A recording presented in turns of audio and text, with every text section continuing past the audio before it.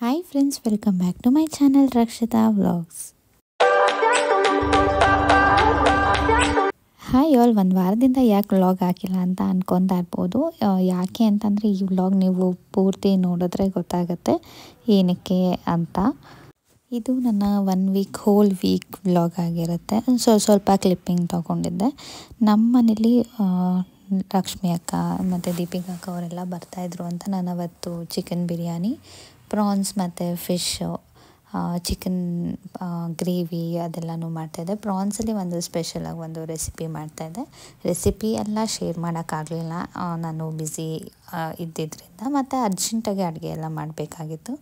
ಇಲ್ಲಿ ರಸನೂ ರೆಡಿಯಾಗಿದೆ, ಮಟನ್ ಸಾರು, ಎಲ್ಲ ಥರ ವೆರೈಟೀಸೂ ಎಲ್ಲ ರೆಡಿ ಮಾಡಿದ್ವಿ.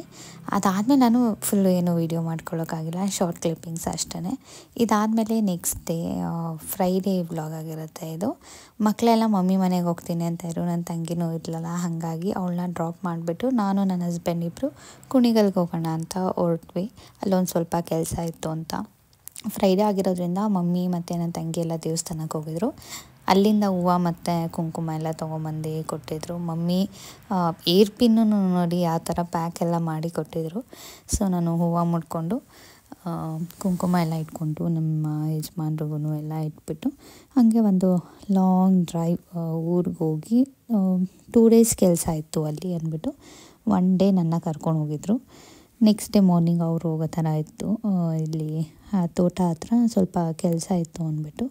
ಸೊ ಹಾಗಾಗಿ ನಾವು ಬಿಟ್ಟಾಗೇ ಆಲ್ಮೋಸ್ಟ್ 3:30 ಆಗಿತ್ತು.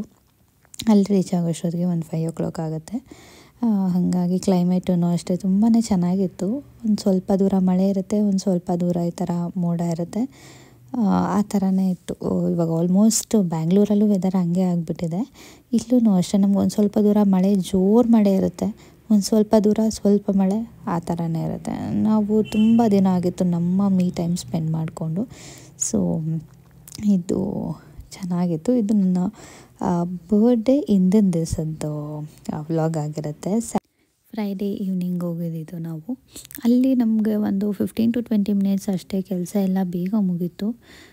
ನಮಗೆ ಹೋಗ್ತಾನೂ ಅಷ್ಟೇ, ಅಂದರೆ ಲಾಂಗ್ ಇರುತ್ತೆ, ನಮ್ಮ ಮನೆಯಿಂದ ಅಲ್ಲಿಗೆ 1.5 hour ಜರ್ನಿ ಇರುತ್ತೆ. ನಾವು ನೈಸ್ ರೋಡ್ ಮೇಲೆ ಹೋದ್ರೂ ಆಲ್ಮೋಸ್ಟ್ ಆಗುತ್ತೆ 1.5 hour, ಆ ಥರನೂ ಹಿಂಗೆ ಹೋದರೂ ಅಷ್ಟು ಡ್ಯೂರೇಷನ್ ಅಂತೂ ಹಾಗೇ ಆಗುತ್ತೆ. ಹಾಗಾಗಿ ಹಿಂಗೆ ಮಾತಾಡ್ಕೊಂಡು ಹೋದ್ವಿ. ಅಲ್ಲಿ ತೋಟ ಹತ್ರ ಹೋಗೋಷ್ಟೊತ್ತಿಗೆ ಫುಲ್ ಜೋರು ಮಳೆ ಸ್ಟಾರ್ಟ್ ಆಗಿತ್ತು. ಕಾರಲ್ಲಿ ಯಾವಾಗ್ಲೂ ಇದೆಲ್ಲ ಇರುತ್ತೆ, ಛತ್ರಿ ಎಲ್ಲ ರೆಡಿ ಇರುತ್ತೆ. ಹಾಗಾಗಿ ಛತ್ರಿ ತೊಗೊಂಡು ಹೋದ್ವಿ. ನನಗೆ ಪ್ಲ್ಯಾಂಟಿಂಗ್ ಎಲ್ಲ ತುಂಬ ಇಷ್ಟ. ಏನಾದರೂ ಫ್ರೂಟ್ಸ್ದು, ಫ್ಲವರ್ಸ್ದು ಆ ಥರದ್ದು ಹಾಕಬೇಕು ಅಂತ ಎಷ್ಟೊಂದು ಸತಿ ಅಂದ್ಕೊತೀನಿ ಹೋಗೋಕ್ಕೆ ಮುಂಚೆ ತೊಗೊಂಡಿರೋಣ ಅಂತ. ಅದು ಯಾಕೋ ಆಗೋದೇ ಇಲ್ಲ. ಇವಾಗ ನಾವು ಆನ್ ದ ವೇ. ನಾವು ಲಿಚ್ಚಿ ಎಲ್ಲ ನಮ್ಮ ಮನೇಲಿ ಸ್ಟೋರ್ ಆಗಿತ್ತು. ನಾನು ಏನೇ ಇದ್ರೂ ಸೀಡ್ಸ್ ಎಲ್ಲ ಎತ್ತಿಟ್ಟಿರ್ತೀನಿ. ಅದಕ್ಕೆ ಇವಾಗ ಲಿಚ್ಚಿ ಎತ್ಕೊಂಡು ಬಂದಿಲ್ಲ. ಇಲ್ಲ, ಒಂದು ಕಲ್ಲಾದರೂ ಬೇಕು.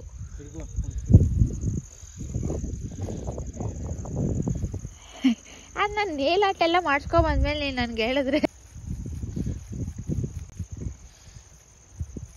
ಒಂದೊಂದು ಹಾಕಿದ್ರೆ ಸಾಕಾ?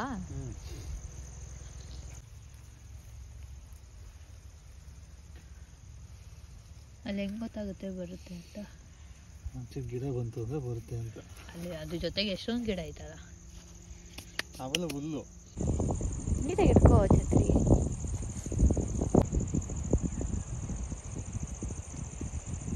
ನಾವಂತೂ ತುಂಬ ಚೆನ್ನಾಗಿ ಟೈಮ್ ಸ್ಪೆಂಡ್ ಮಾಡಿದ್ವಿ. ಮಳೆನೂ ಇತ್ತು, ಒಂದು ಸ್ವಲ್ಪ ಸ್ಟಾಪ್ ಆಗ್ತಿತ್ತು, ಒಂದು ಸ್ವಲ್ಪ ಬರ್ತಾಯಿತ್ತು.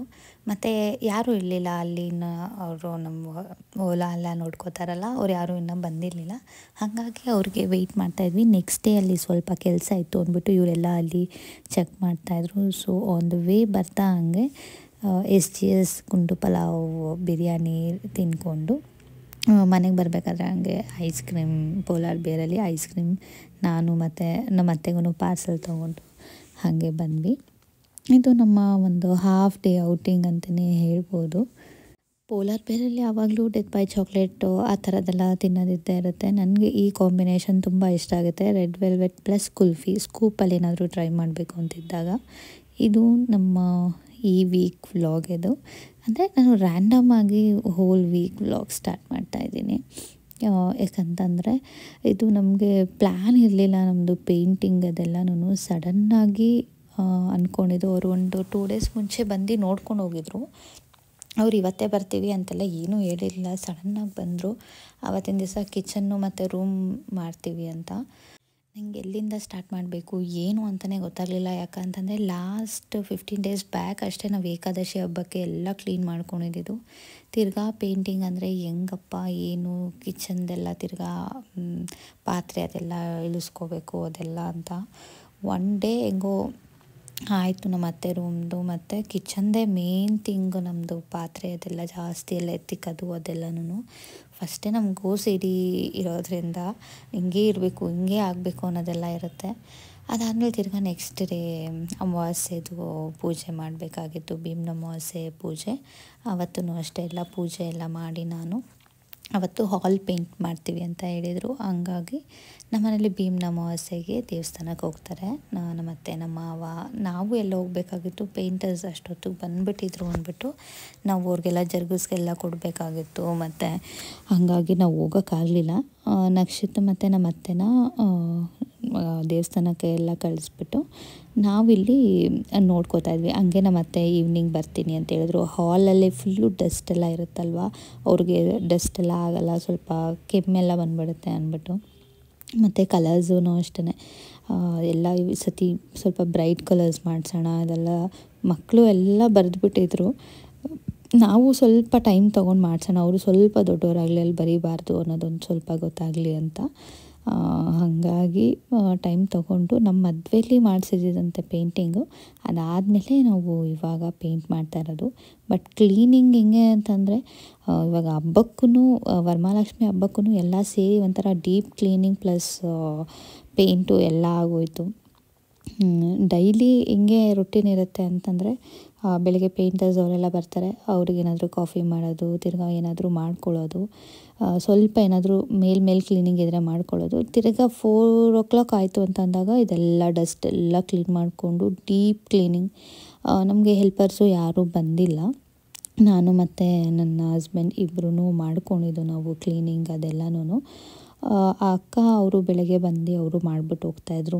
ಮತ್ತು ಅವ್ರಿಗೂ ಸ್ವಲ್ಪ ಅವ್ರಿಗೂ ಕೆಲಸ ಅದೆಲ್ಲನೂ ಅವ್ರದ್ದು ಕಮಿಟ್ಮೆಂಟ್ಸ್ ಇರುತ್ತೆ. ಅವರು ನಮ್ಗೆ ಇದೇ ಟೈಮಿಗೆ ಬನ್ನಿ ಮಾಡಿಕೊಡಿ ಅಂತಂದರೆ ಅವ್ರಿಗೂ ಆಗೋಲ್ಲ.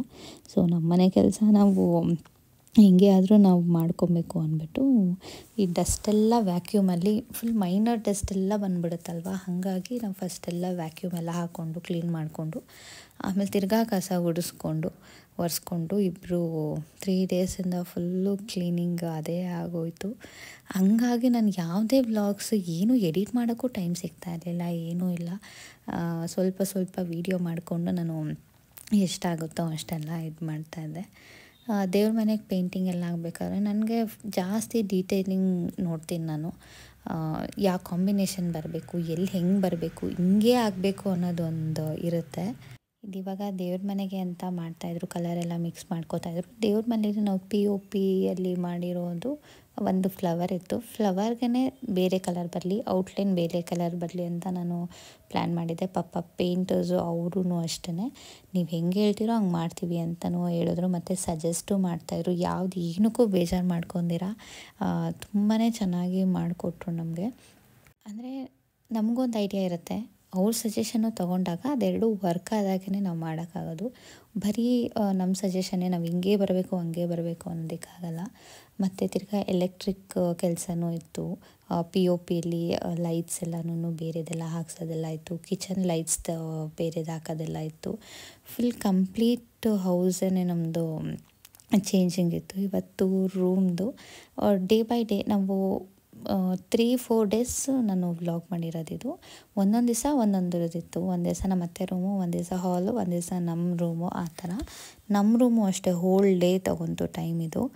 ಸೊ ಮತ್ತು ತಿರ್ಗಾ ಕಾರ್ಪೆಂಟರ್ ಬಂದಿದ್ರು, ಕಾರ್ಪೆಂಟರ್ ಕೆಲಸ, ಎಲೆಕ್ಟ್ರಿಕ್ದು ಪೇಂಟಿಂಗ್ ಎಲ್ಲ ಇದ್ದಾಗ ನನಗೆ ವ್ಲಾಗ್ಸ್ ಎಲ್ಲ ಮಾಡೋದಕ್ಕಾಗಿಲ್ಲ. ಸೊ ಇದು ಸ್ಯಾಟರ್ಡೇ ವ್ಲಾಗ್ ಇದು. ಹಂಗಾಗಿ ನಾನು ಅವರು ಸಂಡೇ ಬರಲ್ಲ ಅಂತಂದರು. ಸೊ ಒನ್ ಡೇ ನಕ್ಷತ್ರ ನಮ್ಮ ಮಮ್ಮಿ ಮನೇಲೇ ಬಿಟ್ಟಿದ್ನಲ್ಲ, ನಾನು ಹಂಗೆ ರೆಸ್ಟ್ ಮಾಡ್ದಂಗೆ ಆಗುತ್ತೆ, ಅವನು ಕರ್ಕೊಂಡು ಬರೋಣ ಅಂತ ಮಮ್ಮಿ ಮನೆಗೆ ಬಂದೆ. ಮಮ್ಮಿ ಮನೆಗೆ ಬಂದಾಗ ಆ್ಯಸ್ ಯೂಶ್ವಲ್ ಎಲ್ಲರೂ ಇರ್ತಾರೆ, ಫ್ಯಾಮಿಲಿ ಎಲ್ಲರೂ ಎಲ್ಲ ಮಾತಾಡಿಕೊಂಡು ನಾವು ಕೂತ್ಕೊಂಡಿದ್ವಿ. ಸೊ ಇದಾಗಿತ್ತು ಇವತ್ತಿನ vlog. Thank you for watching.